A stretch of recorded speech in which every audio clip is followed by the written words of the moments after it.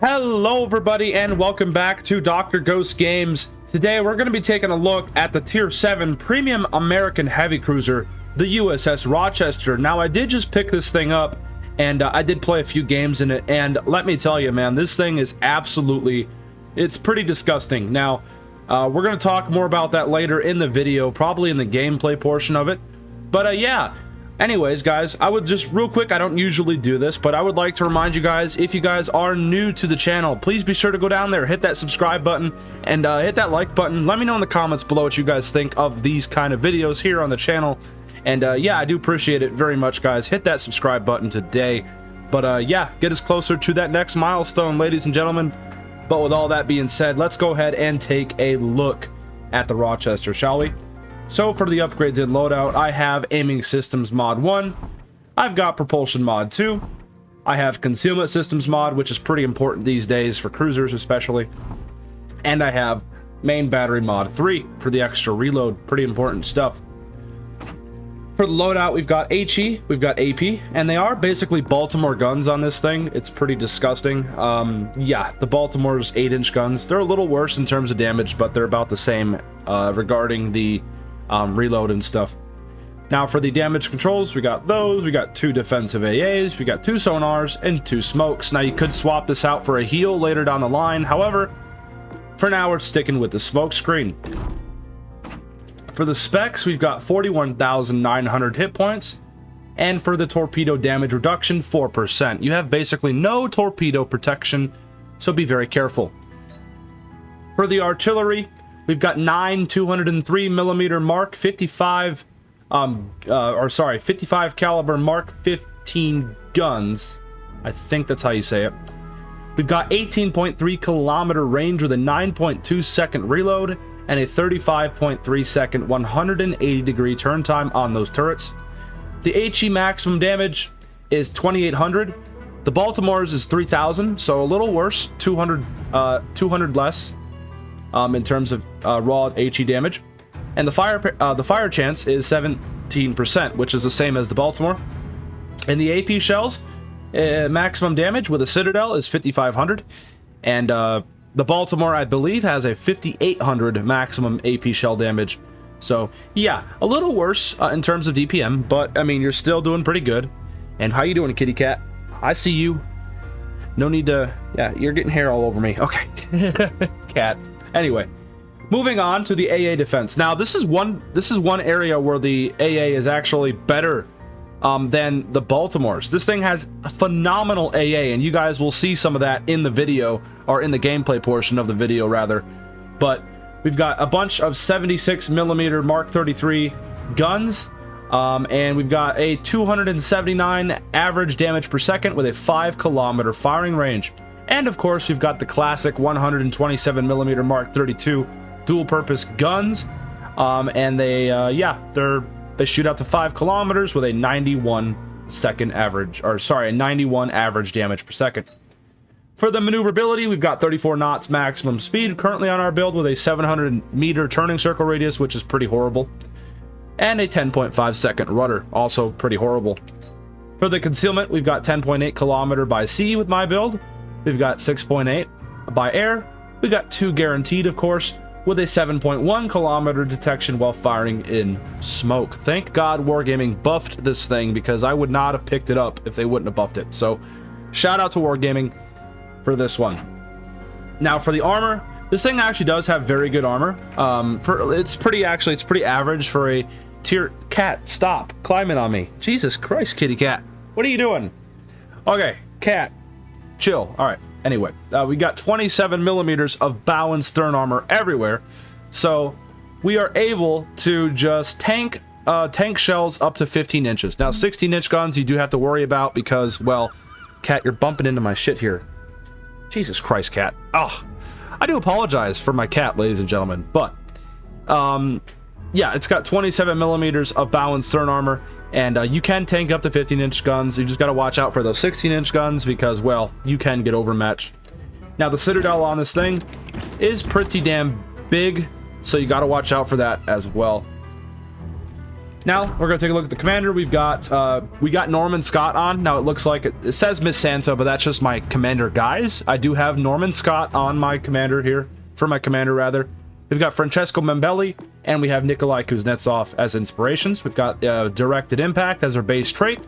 We've got Beyond Range, Igniter, Punch Through, Fixated, and Refill Station. He is a fully decked out commander. Level 16, Legendary 3, and with all that being said, ladies and gentlemen, I will see you all in the gameplay portion of the video. I hope you all do enjoy it. General quarters. Alrighty, so here we are in the gameplay portion of the video in the Rochester, and we are joined by a division mate. We are joined by the usual Narwhal. You guys might have seen him on the channel before, but he decided to take out a carrier for us. Well, rather, I decided for him. I was like, hey, you mind taking a carrier out? And he was like, yes, sure. And I was telling him basically that the Rochester is an AA cruiser. As you guys probably saw in the review portion of the video, that this thing has phenomenal AA. So we're going to put that to the test a little bit in this video. And we're going to also do a bunch of damage as well. So this is going to be a pretty fun match. I'm going to showcase some things that the Rochester is definitely capable of. Now, as you guys can see there, the firing arcs on this thing are very, very high. Compared to the Baltimore, I believe the Baltimore has slightly flatter trajectories. However, the Rochester has super high trajectories, so which can be a good thing. As you guys saw there, we were able to lob that island and hit that Colorado for about 5k. Now, Narwhal is getting those destroyers spotted, so what we're going to go ahead and do is pop our smoke screen, load the high explosive, and begin to spam them down. Now, Akatsuki looks like he is also smoking up. Now, I am checking the stats here of this ship to see what the smoke firing penalty is, and just to get reminded, of course. And it is, of course, 7.1, so we're going to be okay. Now, Colorado did DC, I believe, or rather, he didn't DC yet. I think one of the destroyers DC'd, but he did just DC, however, that fire. So the next fire I set on this Colorado will be a permanent fire. So that's what we're going to go ahead and try to do here. Now, one thing I want to remind you guys about the Rochester, in case you guys do decide to pick this thing up, is that it is a support cruiser. You are not meant to be the center of attention, essentially, in this cruiser. Now, don't get me wrong. You do have very good armor. You do have that 27 millimeters of balanced stern armor, but remember, you cannot heal, right? Unless you decide to take heals, then all power to you there, but you're not an aggressive cruiser is what I'm saying. You don't have any radars, you don't have any heals if you have the smokes, and you need to stay back. You need to not be the center of attention if you can help it. Utilize your smoke screens, okay? That's what I'm trying to say here.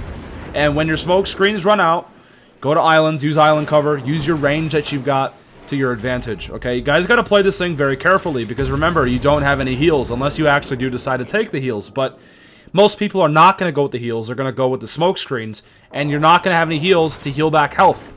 So that's something to keep in mind. Now, one thing I wish Ouija would do is give me the ability to swap out my DFAA, aka my defensive AA, the little red plane symbol in the bottom left there. I would like it if I could swap that out with a heal or a radar. That'd be cool if I could swap that out. But unfortunately, that is just not going to happen anytime soon. But Wargaming, if you're watching this by some chance, hey, I hope you guys do something like that. That'd be really nice if I can actually swap out that DFAA. But nonetheless, Akatsuki is almost dead, and we are just absolutely smacking him around there, and down he goes. That's our first kill of the game. Narwhal also, speaking of smacking people, Narwhal did absolutely smack that Akatsuki as well with his bombs. And yeah, big shout out to Narwhal in this game. Narwhal is going to be getting a lot of spots on people, and he's going to be a really big help. And that's something I think the Rochester is going to be really good at, is when it gets spots. If you can actually play the Rochester in a division, especially with like a carrier, the Rochester is very good, because then you can just have your dude go out and spot for you, and you can basically, yeah, farm people. Now, I'm going to fire blind into the smoke screen with my 8-inch guns here. I did load AP, and that Amalfi is just sailing broadside. So if I can actually land some shells here like I did there, that's a double Citadel. Oof, that hurts, man. That's 10,000 plus damage right there with the Citadels. And yeah, that Amalfi felt that one, that's for sure. And keep in mind, that was a blind fire as well. So, oof, that was something right there. But yeah, So far, we're doing pretty damn decent. We've got 79,000 damage. We've got 2 Citadels off that Amalfi. We've got a bunch of fires off the Destroyers and, of course, the Colorado. And we're doing pretty good up to this point, man. These 8-inch guns are basically the same guns that are found on the Baltimore. They are phenomenal. So, utilize them, guys. The 8-inch guns on this thing are absolutely disgusting. They really are. Like I said, though, earlier in the video, the one downside to them is they're floaty as hell, so hitting people at longer ranges, especially while they're moving, is not an easy task. Now, Amalfi is left on nothing. I Citadel him, and I get a couple penetrations to finish him off, and down he goes. That's our second kill of the game. We're up to 4 Citadels off that Amalfi, and yeah, he did not have a fun time, that's for sure. Now, Saipan is coming in with his planes, so we are able to pop our DFAA, and look at the AA go, ladies and gentlemen. Ooh, we are just absolutely taking down his planes like it's nothing. Beautiful. And yeah, we also do have some AA support as well with us, from Narwhal's fighters, of course, and we've got a Osterjotland with us as well. So we do have a little bit of an AA bubble going, and the Osterjotland's AA is actually quite good, so there you go. The help is always appreciated. But basically what I'm trying to do here, guys, is get into the Bravo capture zone here, and I'm going to just take some pot shots at this Riga. I'm not expecting to hit him because he is actively turning and dodging, so it's very difficult, especially at 18 kilometers, to hit somebody that's moving. So, yeah. Anyway, Riga is getting currently torpedoed by, I think it's our cruiser. He actually does take a couple torps there. He is on 2 bars of HP, and he's not having fun whatsoever. Now, if you pay attention to the mini-map, the Saipan is actually coming in with his torpedo planes again. So what am I doing? Well, I'm not going to sail broadside because that's just going to make it easier for him to torpedo me. No, no, no, no, no.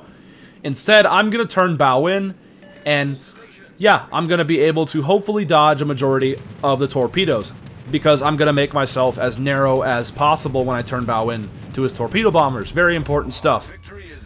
So there he goes. He sends the torpedo bombers down. And he actually does get a pretty decent launch there.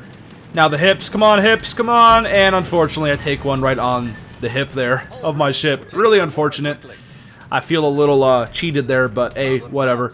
It's okay. But nonetheless, we dodged a majority of those torpedoes. And that was a pretty decent trade there in my opinion. And we shot down a few more of his planes as well. So Saipan is just not having a fun time whatsoever. We are just bullying him. And, well, that's what you get for playing Saipan. Sorry, but yeah. Now, Black is spotted, and Narwhal is actively trying to bomb him. Unfortunately, he misses. It is what it is. I mean, let's be real. Bombs are not the most accurate thing, especially on an agile moving destroyer. So, I mean, there you go. Saipan is coming in to drop his bombs, and of course he gets a double fire, because of course he does. And I won't have my DC... aka my damage control, for another 12 seconds, so unfortunate, but it is what it is. However, we are shooting down a lot of his planes, and we also do have our Osterjotland with us, like I said, and he is also probably doing a lot of damage to his planes as well. Saipan comes back around and somehow gets off another strike, and he actually hits us there for like 2k, so that's unfortunate, but nonetheless, we are doing pretty good still. We've got 13 planes shot down. And what I'm trying to do here is pop my smoke screen, and Narwhal should be able to come around here and get him spotted with his planes like he's doing now. And yeah, now I do load the AP because the Saipan is broadside at 10 kilometers, and we're going to be able to just absolutely smack the ever-living shit out of him every 9 seconds with these 8-inch guns. And as you guys can see there, I mean, just look at the damage pile up. We're only up to 98 main battery hits, and we're already up to 114,000 damage, man. These 8-inch guns are just absolutely disgusting. Right there, we hit them for 14,000 with the armor piercing. Oh, man. You gotta love the American armor piercing, especially on the 8-inch guns. They are disgusting. And there we go. We take them down in just a couple salvos. That's what I'm talking about. Or just a few salvos, rather. But yeah, we're up to 3 kills so far now. And we have 10 Citadels, 17 planes shot down. Oh, what an absolute banger of a game here. Keep in mind, this was like my 3rd match in the Rochester. So, not too shabby, man. But yeah, nonetheless, everybody, we are coming up to the end of this video. I'm going to give you guys my quick thoughts, basically to summarize the ship up. I like it. I like the Rochester. Remember, it's a support cruiser. Play it as such. You don't have any heals. You don't have any radar. You don't really have a whole lot of things in terms of utility to use aggressively. So you need to play this thing carefully. You need to use island cover. You need to utilize spots from your team. And I think the Rochester is going to be really good in a carrier division. Your carrier can spot for you, and you can just sit around absolutely farming people with these beautiful, beautiful 8-inch guns. And that's what this thing basically is, man. It's a support cruiser. Now, if you guys do decide to take off the smoke and put on a heal, that's also an option, but I would not recommend it, to be honest with you guys. But nonetheless, I like this ship, and I think it is definitely a very strong ship. But for $70, would I say go out of your way to get it? Probably not. You would most likely just be better off buying a Baltimore. But yeah, nonetheless, guys, not a bad game. 3.8k base XP. That's not too shabby. Keep in mind, that's my third match, too. 136,000 damage, 900,000 credits made. But nonetheless, everybody, I will catch you guys on the next one. Peace!